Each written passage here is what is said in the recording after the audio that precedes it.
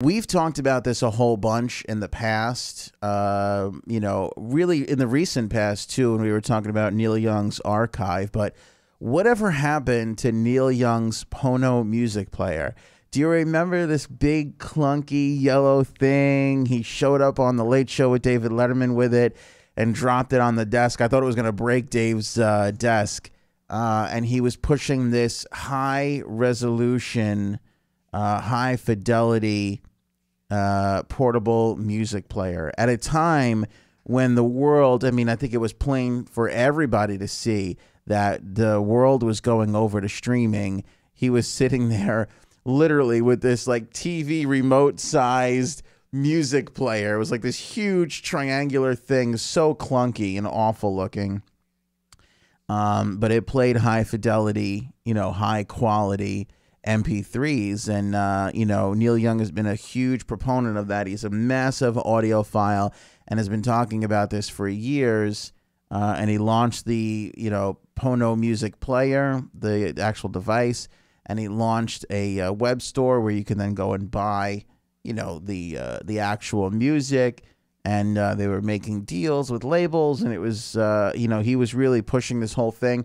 I remember the campaign that they had. It was him taking folks into his car, like Jack White and all these like famous people, and then playing the music for them and their reactions, which were, by the way, like through the roof. They were like, holy cow, like this is how it sounds in the recording studio, and now it's in somebody's car. It's great. And by the way, don't get me wrong. Like, I think it's awesome. I love that he's an audiophile, and I love that he's pushing this high quality stuff. But at the same time, the technology he had was just awful and really poorly timed, as now streaming is so commonplace. But even 3 years ago, I think everybody could see that that's where we were going as far as music consumption goes. So I thought it was a loser from the gate, although I thought his intentions were good. And eventually where he wound up with Xstream, I'm not sure if we would have gotten to Xstream without Pono, but he eventually wound up getting it right, which is Xstream, which is where you can stream high quality MP3s, and you don't have to deal with the poor, awful quality of the MP3 that you do get in, say, in iTunes or wherever else. All the streaming services claim to have great quality, and they're okay, but they pale in comparison to what Xstream is doing. In fact, if you've checked out Neil Young's archives and you were able to toggle back and forth, like we had talked about that one day on the show here, you really saw the difference between what it feels like to stream in a small MP3 file or the massive, Xstream high fidelity MP3 that they have over there. So you could really, really see the difference. But what happened to the Pono music player? Like, where was the downfall outside of the awful technology? According to an interview with Los Angeles Times, Neil Young is still talking about it.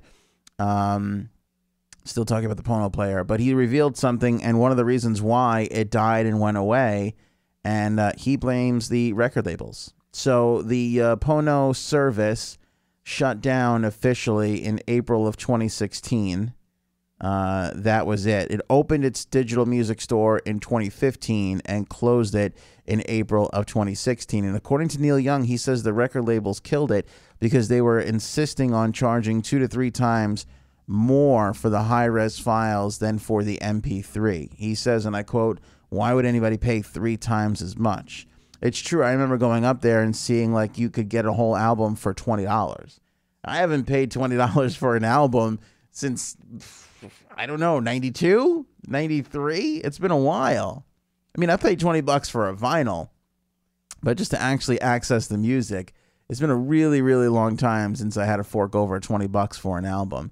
But that's what he says. He says it was the record labels insisting on charging more for high-res files. Again, they kind of set the price to these music distributors, whether it's iTunes or anybody else. Of course, iTunes locked their deal in a long time ago at the 99 cents a song. But, they're the ones who can say, well, it's going to cost you this much. So then he's got to turn around and charge a little bit more to make a profit to justify everything. And that's why it was so much more expensive than all the other places. Young added that, quote, all music should cost the same, explaining that the high resolution doesn't cost any more to transfer in comparison to a regular quality file. He also made the claim that pirated music is no longer a problem because who wants to copy something if you can stream it? That's true. I would love to see numbers on pirated music. I would imagine that they are just plummeting because it's free to stream it basically everywhere else. I mean, you may have to listen to some ads, but it's essentially just free. The one thing I will disagree with him on a little bit here, if I had to pick on something and be devil's advocate, it's that, yeah, it costs the same to transfer the high fidelity files as the MP3s, but those high fidelity files are definitely taking up more space. Like it's definitely taking up more space. And, you're going to have to wind up eventually paying for more servers to house these things. But that would be an issue on his end, not necessarily the music labels end, although they would have to give it to him in the first place. So I guess it kind of is a music label thing. So, again, I mean, really, we're picking on fine points here. But that is essentially why. It's interesting, too, though, isn't it? How record labels have made all these bad deals with Spotify and iTunes, because there really is, there's no more, you can't really make money off of the records like you used to be able to. And it's kind of their fault because they gave it all away, yet they stood ground against Neil Young. Like, that doesn't make any sense. That makes zero sense. And what a good, marketing tool that would have been to be like, hey, this costs the same as the low quality stuff that sucks to listen to. Like, wouldn't you want to pay the same amount for that? I agree with Neil when he says nobody wants to pay 3 times the amount for it.